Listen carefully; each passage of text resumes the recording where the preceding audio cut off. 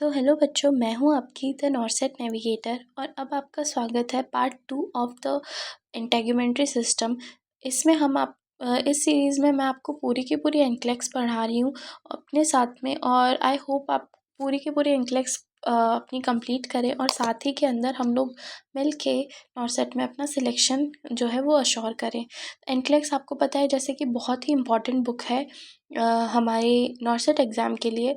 तो होपफुली आप ये पूरी सीरीज़ देखेंगे और उसके साथ ही आप अपना जो एनक्लेक्स है उसको कंप्लीट करेंगे। तो पार्ट 1 के अंदर हमने स्किन की जो है एनाटमी और फिजियोलॉजी के बारे में पढ़ लिया था। उसके अलावा हमने डायग्नोस्टिक टेस्ट के बारे में, फंक्शंस के बारे में भी पढ़ लिया था। अब हम स्टार्ट करने वाले हैं कंडीशन से, या उन अलग अलग कंडीशन जो हमारे स्किन के अंदर होती है। सबसे पहले है कैंडिडा एल्बिगेंस। कैंडिडा एल्बिगेंस क्या है? एक फंगाई है और इससे हमारे स्किन पे इन्फेक्शन होता है, कैंडिडियासिस।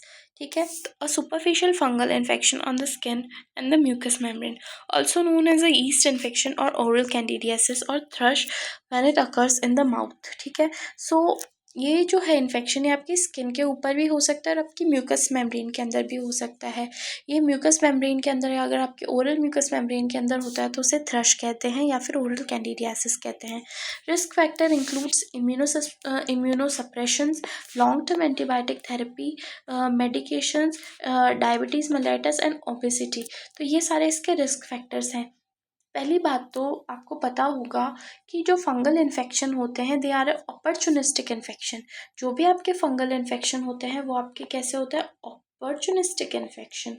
अपॉर्चुनिस्टिक इन्फेक्शन का मतलब होता है कि अगर आपका इम्यूनिटी जो है वो प्रॉपरली वर्क नहीं कर रही है तब ये इन्फेक्शन आपको होंगे। तो इम्यूनोसप्रेशन है, या बहुत लंबे टाइम से आप एंटीबायोटिक थेरेपी ले रहे हैं जिसकी वजह से भी आपके जो है इम्यूनिटी कॉम्प्रोमाइज़ हो जाती है, या आपकी कुछ ऐसी मेडिकेशंस चल रही है, या डायबिटीज़ मेलाइटस है, या ओबेसिटी है, इन कंडीशन की वजह से होती है, वो आपको ये फंगल इन्फेक्शन हो सकता है। Common areas of occurrence include skin folds. जो आपके स्किन के फोल्ड्स होते हैं, जैसा कि आपके पेरिनियल एरिया होता है या आपका ग्रोइन एरिया होता है, वहाँ पे पेरिनियम, आपका वजाइना हो सकता है या एक्जिला हो सकता है, या अंडर द ब्रेस्ट। ये जो स्किन फोल्ड्स होते हैं, जहाँ जहाँ पे स्किन फोल्ड्स क्यों होते हैं? क्योंकि यहाँ पे मॉइस्चर होता है, और आपको पता है कि मॉइस्चर और हीट जो है वो बहुत ही अप्रोप्रिएट होता है आपके जो है फंगल ग्रोथ के लिए। उसके अलावा आप असेसमेंट कैसे कर सकते हैं? असेसमेंट, स्किन को आप कैसे देख सकते हैं? रेड हो सकती है, इरिटेटेड अपीयरेंस हो सकती है, जिनमें बहुत ज़्यादा जलन होती है, बहुत ज़्यादा स्टिंजीनेस होती है, तो वो होता है आपका स्किन में। आप असेस कर सकते हैं। म्यूकस मेम्ब्रेन में रेडिश या वाइटिश पैचेस हो सकते हैं, तो आप ऐसे देख सकते हो कि okay this might be oral candidiasis और कैंडिडियासिस। अब इंटरवेंशंस, आप क्या क्या इंटरवेंशंस लोगे? सबसे पहले तो आप क्लाइंट को बोलोगे कि जो स्किन फोल्ड एरिया है उसको क्लीन रखें और उसको ड्राई रखें। उसके अलावा अगर कोई क्लाइंट हॉस्पिटल में है तो स्किन फोल्ड एरिया को आपको फ्रीक्वेंटली ऑब्जर्व करते रहना है, उस क्लाइंट को टर्न करना है, रिपोजिशन करना है, और जो स्किन है बेड लिनन, स्किन और बेड लिनन्स हैं उनको क्लीन और ड्राई रखना है। उसके अलावा फ्रीक्वेंट माउथ केयर देनी है, और इरिटेटिंग प्रोडक्ट्स हैं वो नहीं अप्लाई करने हैं। उसके बाद में मेडिकेशन के बाद में भी आपको जो है माउथ को रिंस करना है। फूड और फ्लूइड जो है वो हमेशा टेपिड टेम्परेचर में देने हैं। टेपिड टेम्परेचर कैसा होता है? मतलब नॉट टू वार्म और नॉट टू कोल्ड। ओके, उसके अलावा नॉन इरिटेटिंग जो टू द म्यूकस मेम्ब्रेन है ऐसे फूड्स देना है आपको, और एंटी फंगल मेडिकेशन भी दी जा सकती है। ओके, तो सेकंड कंडीशन है हर्पीज जोस्टर से होने वाली शिंगल्स। ठीक है, in clients with a history of chicken pox, shingles is caused by reactivation of varicella zoster virus. तो आपको पता होगा कि वेरिसेला जोस्टर वायरस से आपका जो है चिकन पॉक्स होता है। तो अगर किसी क्लाइंट में पहले चिकन पॉक्स रहा हो तो अब उसके अंदर क्या हो सकता है? शिंगल्स हो सकता है। Shingles can occur during any immunocompromised state in clients with a history of chickenpox। अगर किसी भी क्लाइंट में कभी भी चिकन पॉक्स रहा हो और उसमें इम्यूनोसप्रेशन हो जाए तो शिंगल्स जो है वो कभी भी रीएक्टिवेट हो सकता है। The dormant virus is located in the dorsal nerve root ganglion of the sensory cranial and spinal nerves। तो ये जो वायरस है ये आपका कहाँ होता है? Dorsal nerve root ganglia of what? Sensory cranial and spinal nerves. आपके क्रेनियल और स्पाइनल नर्व के सेंसरी पार्ट के अंदर आपके जो डॉर्सल नर्व रूट गैंग्लियन होता है वहाँ पे डॉर्मेंट रहता है। Herpes zoster eruptions occur in segmental distribution on the skin along the infected nerve and show up after several days of discomfort in the area। इसके अंदर क्या होता है कि ये जो जो भी इन्फेक्टेड नर्व होता है वहाँ पे आपकी स्किन के ऊपर इरप्शंस यानी उठाव जो होते हैं वो दिखने लग जाते हैं। डायग्नोसिस कैसे देख सकते हो आप? विजुअल एग्जामिनेशन कर सकते हो या सांक स्मीयर जो होता है ये टेस्ट होता है जो कि आपके हर्पीस इन्फेक्शन जो होता है उसको इंस्पेक्ट करने के लिए, ठीक है। एंड वायरल कल्चर जो होता है उससे भी आप कर सकते हो। फिर post herpetic neuralgia, it is a very severe pain due to shingles, ठीक है। ये लीजन्स रिजॉल्व होने के बाद भी बहुत ज़्यादा सीवियर पेन होता है, ये पेशेंट्स के अंदर देखा जा सकता है। उसके अलावा हर्पीज जोस्टर वायरस जो होता है इट इज़ कंटाजियस, ये फैलता है to the individuals who never had chicken pox and who was never been vaccinated, तो उनको जो होता है ये फैल सकता है। herpes simplex virus is an another type of virus। type 1 infection typically causes a cold sore usually on the lip and type 2 causes genital herpes below the waist, ठीक है। तो हर्पीस सिम्प्लेक्स वायरस जो होता है इसके दो types होता है, टाइप 1 एंड टाइप 2। टाइप 1 जो होता है वो लिप्स के ऊपर एक सोर कॉज करता है और जो टाइप 2 होता है वो जेनाइटल हर्पीस होता है आपका जो भी जो जेनाइटल एरिया वहाँ पे जो होता है वो जो है इरप्शंस कॉज करता है। अब असेसमेंट आप कैसे कर सकते हो कि जो भी आपका सेंसरी आपके जो ट्रंक है या थोरैक्स है या फेस है उसके जो भी उसके एक तरफ जो होता है वेसिकल्स प्रेजेंट हो सकते हैं, ठीक है। फीवर होगा, मलेज होगा, पेन होगा, पैरेस्थीसिया होगा, पैरेस्थीसिया मतलब सूनापन, और प्लूरराइटिस होगा यानी इचिंग होगी, ठीक है। अब इंटरवेंशन क्या होगा? सबसे पहले तो क्लाइंट्स को आप आइसोलेट करेंगे क्योंकि इट इज़ हाईली कंटेजियस और जो इसके एक्सुडेट्स हो सकते हैं वो भी जो होता है आपके कॉज कर सकते हैं, ठीक है। और assess the sign and symptoms of infection के साइन सिम्टम्स को असेस करना है, including skin infection and eye infection को भी आपको इंक्लूड करना है। स्किन नेक्रोसिस भी हो सकती है, ठीक है। न्यूरोवास्कुलर स्टेटस को भी आपको असेस करना है। 7th क्रेनियल नर्व के फंक्शन को बेल्स पाल्सी जो हो सकता है वो इसका कॉम्प्लिकेशन हो सकता है क्योंकि ये जो है ये कहीं ना कहीं आपके न्यूरल पाथवे के अलोंग ही प्रेजेंट होते हैं। उसके अलावा use of air mattress and bed cradle on the client if hospitalize to keep the environment warm and touch aggravate the pain. तो आप बेड क्रेडल और एयर मैट्रेस का यूज़ कर सकते हैं ताकि जो लीजन्स है वहाँ पे जो है मतलब कुछ टच ना हो या वहाँ पे एक जो है एक ड्राई या एक वार्मथ आप मेंटेन कर सको, ठीक है। उसके अलावा क्लाइंट को जो है उसको बोलना है कि स्क्रैचिंग या रबिंग नहीं करनी इन्फेक्टेड एरिया की। उसके अलावा लाइट वेट लूज़ कपड़े पहनने हैं।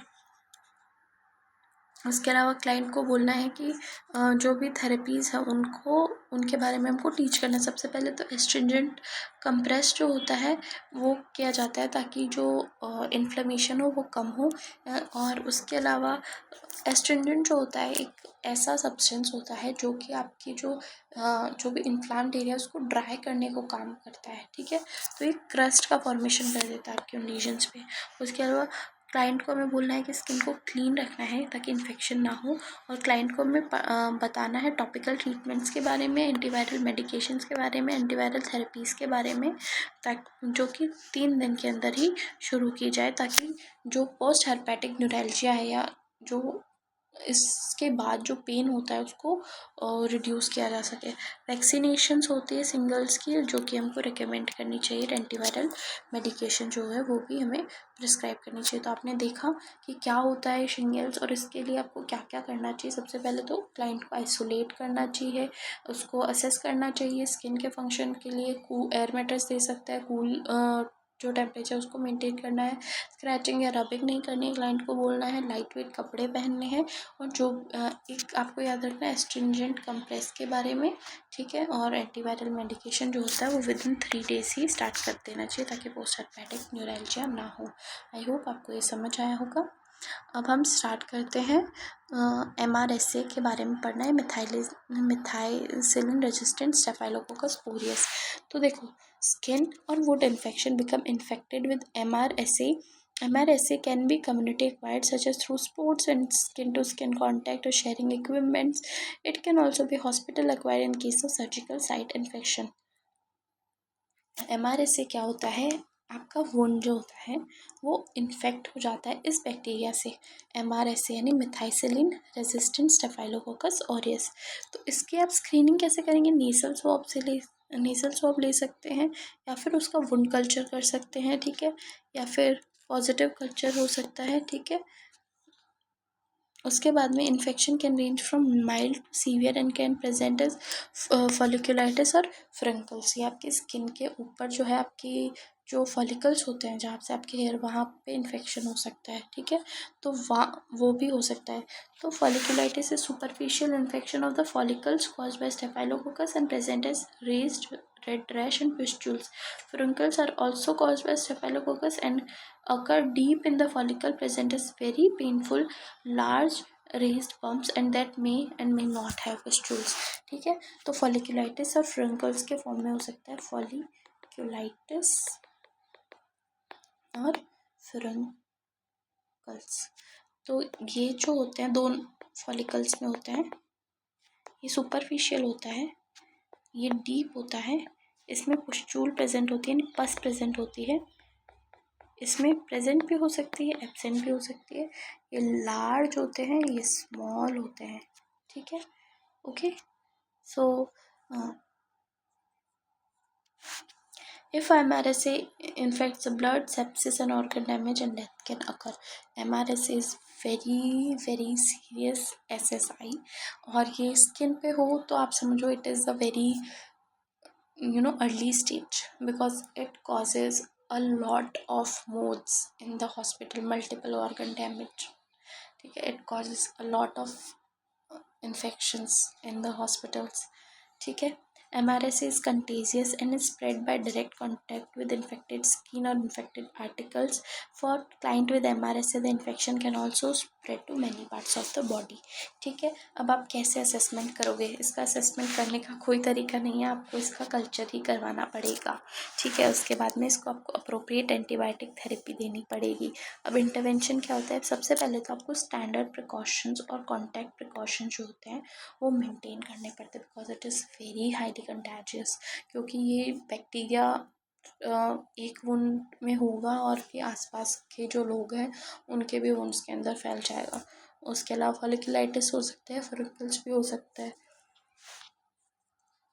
उसके अलावा क्लाइंट को क्लोजली आपको इंस्पेक्ट करना है, कहीं ये ब्लड में नहीं फैल के आपके सिस्टमिक इन्फेक्शन ना हो जाए, ठीक है। फिर एंटीबायोटिक थेरेपी देनी है, ओके। और उसके बाद में एडिशनल इन्फॉर्मेशन हम आगे पढ़ेंगे। असेसमेंट हो गया, ओके, इंटरवेंशन भी हो गए। अब अगला है एरिसिपल्स एंड सेलुलाइटिस। ये दोनों ही एक ही बैक्टीरिया से होता है, group A Streptococcus, sometimes staphylococcus से भी हो सकता है। अब एरिसिपलिस और सेलुलाइटिस में क्या डिफरेंस होता है, आपकी स्किन की मैंने आपको 3 लेयर बताई थी ना, first is epidermis, second is dermis and third is hypodermis. अगर ये एपिडर्मिस में आपके ग्रुप ए स्ट्रेप्टोकोकस ने इन्फेक्ट किया तो उसको कहते हैं एरिप्सेलिस। अगर ये यहाँ हो गया डर्मिस या हाइपोडर्मिस में तो उसे कहते हैं सेल्यूलाइटिस, ठीक है। अब इसमें क्या होगा, pen, tenderness, erythema and warmth, इडेमा और फीवर, ठीक है। इट इज़ एन इन्फेक्शन, तो जो भी साइंस ऑफ इन्फेक्शन है वो शो होंगे। अब आपको क्या करना है, रेस्ट के पेशेंट को बोलना है रेस्ट करें, वार्म कंप्रेस करें ताकि उस एरिया में सर्कुलेशन बढ़े और जो आपका डिस्कम्फर्ट है वो कम हो। उसके अलावा एंटीबैक्टीरियल ड्रेसिंग्स, ऑइंटमेंट्स और जेल सप्लाई करें। उसके अलावा एंटीबायोटिक्स जो है वो पेशेंट को बोले कि अपनी एंटीबायोटिक्स टाइम से लें, ओके। उसके बाद में है पॉइजन आईवी, पॉइजन ओक या poison sumac. What are these are the plants. आपने सुना होगा कुछ ऐसे प्लांट्स होते हैं जिनको आप टच करते हो और आपकी स्किन पूरी इन्फ्लेम्ड हो जाती है, खुजली होती है, तो these are those type of plant. Description: a dermatitis that developed from the contact with urushiol from poison ivy, poison oak या poison sumac plants. ठीक है, इन प्लांट से होने वाले, इन प्लांट से रिलीज होने वाले सब्सटेंस से अगर आपको डर्मेटाइटिस हो जाए तो उसको कहते हैं उस तो वो ये होता है। ठीक है, फिर इससे आपको क्या हो सकता है, पेपिलो वेसिकुलर लीजन्स हो सकते हैं, प्यूराइटिस हो सकता है। प्यूराइटिस यानी सीवियर इचिंग, और पेपिलो वेसिकुलर लीजन यानी आपकी स्किन के ऊपर पस के जो है फुंसियाँ निकल जाए या पस भरे हुए घाव हो जाए। ठीक है, इंटरवेंशन क्या हो सकता है, आपकी स्किन को आपको क्लीन करना है, जो भी प्लांट ऑयल्स है उनको रिमूव करना आपकी स्किन से इमीडिएटली। उसके बाद कूल और वेट कंप्रेस आपको उस पर लगानी है ताकि इचिंग जो है वो कम हो, और टॉपिकल प्रोडक्ट्स आपको लगाने हैं ताकि आपकी जो है डिस्कम्फर्ट वो है वो कम हो जाए। फिर टॉपिकल और ओरल ग्लूकोकॉर्टिकॉइड्स भी दिए जा सकते हैं ताकि एलर्जिक रिएक्शन जो है वो कम हो। ओके, उसके बाद में है आपका बाइट्स और स्टिंग्स। ठीक है, spider bytes, almost all types of spider bites are venomous, and most are not harmful, but bites or stings from brown recluse spiders, black widow spiders, and tarantulas, as well as from scorpions, bees, and wasps can produce toxins reaction in humans. Tetanus prophylaxis should be current because spider bites can be contaminated with tetanus spores. ठीक है, तो अगर spider bytes हो जाए, जैसे spider bytes जो होते हैं वो जहरीले होते हैं, बट कुछ जो है स्पाइडर्स जैसे कि ब्राउन रिक्लूस या ब्लैक विडो स्पाइडर्स या टेरेंटुलास जो होता है, ये बहुत ज़्यादा जो होते हैं पॉइजनस होते हैं। तो इसलिए आपको इनके अंदर जो है पहले तो आपको टिटनेस प्रोफाइलैक्सिस करनी चाहिए स्पाइडर बाइट्स के अंदर, क्योंकि जो स्पाइडर के जो बाइट होता है वो टिटनेस स्पोर से कंटामिनेटेड हो सकता है। अब ये कुछ स्पाइडर्स हैं जिनके बारे में दिया हुआ है कि आप उनका क्या क्या ट्रीटमेंट करेंगे। सबसे पहले तो ब्राउन रिक्लूस स्पाइडर्स जो होते हैं ये नेक्रोटिक स्किन लीजन कर देते हैं, स्किन वूंड कर देते हैं, और सिस्टमेटिक इफ़ेक्ट्स आ सकते हैं। ठीक है, तो आइस लगाओ, और ताकि जो भी वेनम का जो एंजाइमेटिक एक्टिविटी है वो कम हो जाए और टिश्यू नेक्रोसिस कम हो जाए।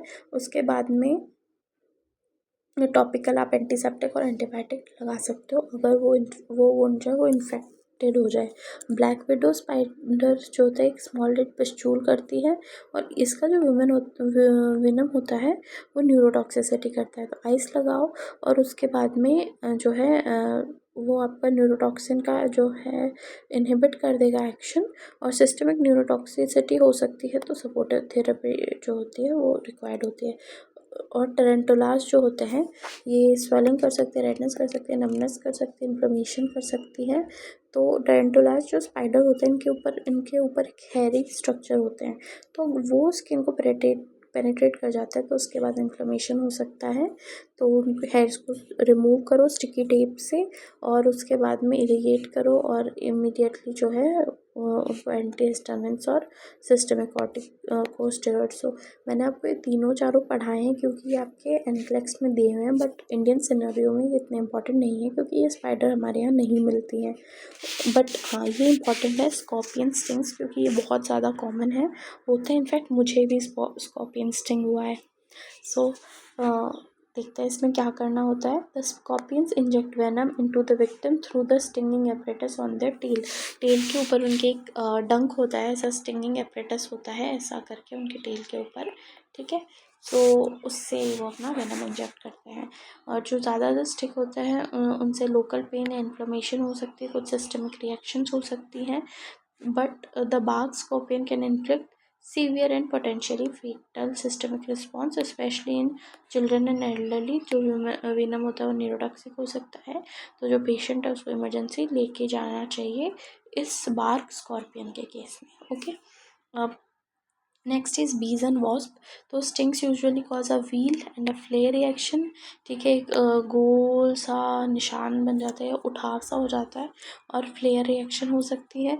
Emergency care involves quick removal of the stinger. जो स्टिंजर होता है उसको क्विकली रिमूव कर लो और आइस पैक उस पर लगा लो। स्टिंजर को रिमूव आप जो है ब्रशिंग से कर सकते हो, या किसी नीडल के एंड से, या ट्वीज़र से, या फिर आप क्रेडिट कार्ड या अपने जो भी कार्ड है उसके एंड से जो है वो उसको रिमूव कर सकते हो, बट उसको पिंच नहीं करना वरना फर्दर और भी वेनम जाएगा, ठीक है।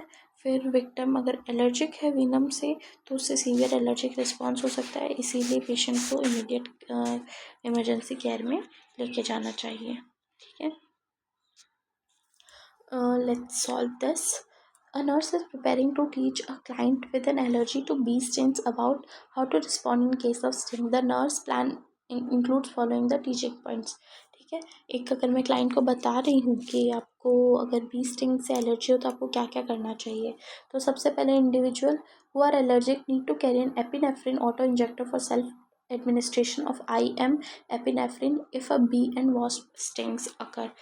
तो अगर आपने कई बार कोई सीरीज़ वगैरह देखी होगी, उसमें वो एक एपी पेन लेके वो अपने थाई में इंजेक्ट करता है, that is an epinephrine auto injector pen, ठीक है। अगर इन केस ऑफ किसी भी जो इंडिविजुअल है जिसको एलर्जिक साइन एंड सिम्टम्स है, अगर ऐसा कुछ हो तो उनको जो है एपी पेन जो है एपिनेफ्रिन होता है उसको साथ में लेके जाना चाहिए और उसको IM जो है उसको एडमिनिस्टर करना चाहिए। After use of epinephrine auto-injector, the individual need to seek emergency and medical attention. इसके बाद में भी उनको emergency medical attention चाहिए होती है। उनके पास 2 इंजेक्टर्स होने चाहिए ताकि अगर एक ख़राब है तो दूसरा replacement as soon as possible हो। Monitor for rebound anaphylaxis because the reaction जो होता है वो सिंगल नहीं होता, कुछ देर बाद वो वापस आ सकता है, इसलिए रीबाउंड एनाफिलेक्सिस के लिए भी हमें मॉनिटर करना चाहिए। और सिम्टम्स अगर symptoms of the reaction returns hours or days after one receives an epinephrine injection, तो symptoms वापस भी आ सकते हैं। Diphenhydramine can be taken to assist in alleviating symptoms, तो डायफेनहाइड्रामिन या फिर एविल जो होता है वो हम दे सकते हैं सिम्टम्स को कम करने के लिए। उसके बाद होता है स्नेक बाइट्स। स्नेक बाइट होता है, कुछ स्नेक्स वेनेमस होते हैं और वो सीरियस सिस्टमिक रिएक्शन कर सकते हैं। The victim should immediately be move to safe area from the snake and should rest to decrease venom circulation and extremity is immobilized and kept below the level of heart, ठीक है। सो आपको समझ आया होगा कि कुछ स्नेक्स वेनेमस हो सकते हैं, तो इसलिए जो विक्टिम है होता है उसको सेफ एरिया में ले जाया जाना चाहिए और उसके बाद में उसका जो भी एक्सट्रीमिटी है उसको इमोबिलाइज कर देना चाहिए ताकि जो वेनम का सर्कुलेशन है वो कम हो, ठीक है। विक्टिम को वार्म रखना चाहिए और उसको कैफिनेटेड या अल्कोहलिक बेवरेजेस है वो नहीं देने चाहिए ताकि जो वेनम का एब्जॉर्प्शन है वो बढ़े ना, ठीक है। अगर विक्टिम इमरजेंसी मेडिकल अटेंशन नहीं मिलती है तो एक कॉन्स्ट्रिक्टिंग बैंड जो होता है वो अप्लाई किया जा सकता है प्रॉक्सिमल टू द वुंड, जो भी वुंड है उससे दूर की साइड में आप एक बैंड लगा सकते हैं ताकि जो वेनम है उसका जो है जो भी वो वेनम है उसका स्प्रेड जो है वो कम किया जाए। The wound is not incised और सक टू रिमूव द वेनम और venom ice is not applied क्योंकि इससे नेक्रोसिस का रिस्क हो सकता है। वेनम को जो है आप जो भी पॉइजन है उसको चूस के बाहर नहीं निकालना चाहिए, जबकि आप टीवी में देखते थे। It is a very wrong technique, ठीक है। Emergency care in hospital is required as soon as possible and anti venom may be administered along with the supportive care. The snake should not be transported with the victim for identification purposes unless it can be safely placed in a sealed container during transportation। तो इसकी एक funny story, आपने कई बार एक cases सुना होगा कि बिहार में हॉस्पिटल में पेशेंट के साथ सांप भी पकड़ के ले गए, अब वो सांप नहीं मिल रहा है, तो ऐसा नहीं करना है, okay. For spider bites, scorpion bites and other stinges or bite poison, control center needs to be contacted as soon as possible to determine best possible management. Okay. Next is frostbite. तो frostbite क्या है? Is a damage to the tissue and blood vessels as a result of prolonged exposure to cold. अगर cold से आपका बहुत ज़्यादा देर exposure होता है तो फिर आपको फ्रॉस्टबाइट हो सकता है। असेसमेंट फर्स्ट डिग्री, इसके अंदर एक white plaque surrounded by ring of hyperaemia and oedema हो सकता है। एक वाइट प्लैक बन जाएगा जिसके अराउंड जो होता है रेडनेस होगी और इडेमा होगा। सेकेंड डिग्री में a larger clear fluid filled blister with partial thickness skin necrosis. Second degree में फ्लूइड फिल्ड ब्लिस्टर्स बन जाएंगे। थर्ड डिग्री में formation of small haemorrhagic blisters usually followed by eschar formation. Third degree में small haemorrhagic blisters बनेंगे जिसके बाद में eschar का फॉर्मेशन हो जाएगा। Eschar is a dry flaky skin formation. Fourth degree में no blisters and oedema noted, full thickness necrosis visible, loss of tissue into the muscle and bone which may result in gangrene and amputation may be required। ठीक है, तो first degree में क्या होगा, एक whitish appearance होगा, side में ऐसे रेडनेस होगी और एडेमा होगा। ये रहा आपका फर्स्ट डिग्री। सेकेंड डिग्री में जो होगा फ्लूइड फिल्ड ब्लिस्टर्स होंगे। ठीक है, फ्लूइड फिल्ड ब्लिस्टर्स होंगे। थर्ड डिग्री में क्या होगा, छोटे छोटे स्मॉल हेमोरेजिक ब्लिस्टर्स होंगे ब्लड के, और उसके साथ में स्चारिंग ब्लैकिशनेस भी। ठीक है, और फोर्थ डिग्री में क्या होगा, बिल्कुल स्किन आपकी जो है वो बोन से चिपक जाएगी और ब्लैकिशनेस दिखेगी, उसको कहते हैं स्चार फॉर्मेशन और नेक्रोसिस हो जाएगा। और इस डिग्री में आपको एम्पुटेशन ही करना पड़ेगा।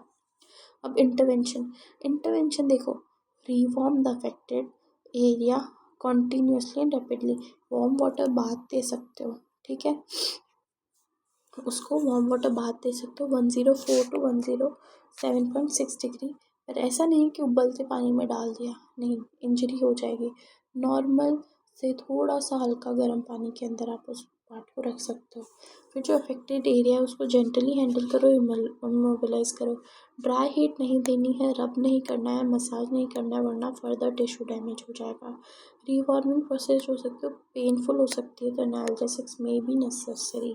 Okay, avoid compression avoid compression of the injured tissue and apply only loose and non-adherent sterile dressings। monitor sign of compartment syndrome होता है जब एक एरिया के अंदर आपकी जो है ब्लड सप्लाई बंद हो जाती है तो प्रेशर इंक्रीज हो जाता है, उसे कंपार्टमेंट सिंड्रोम कहते हैं। Tetanus prophylaxis is necessary, debridement of the necrotic tissue may be needed and amputation if gangrene develops। Okay, and बचे हुए कंडीशन और जो भी क्वेश्चन है वो मैं करूँगी अगले पार्ट में। तब तक के लिए पढ़ते रहिए, और 3 पार्ट के अंदर मैं आपका ये चैप्टर ख़त्म कर दूँगी। बट आपको मेरे साथ जुड़े रहना है अगर आपको पूरी की पूरी इंटेलेक्ट्स ख़त्म करनी है, और होपफुली हम अच्छे से ये कंप्लीट कर पाएंगे, और होपफुली आप बहुत कुछ सीखने को आपको मिलेगा। उसके बाद हम क्वेश्चन सॉल्व कर सकते हैं, PR यादव से इंटेलेक्ट्स के क्वेश्चन सॉल्व कर सकते हैं। और आपको कोई भी डाउट हो तो प्लीज़ कमेंट्स में मुझसे पूछने में बिल्कुल भी मत शर्माइएगा। और thank you for your patience.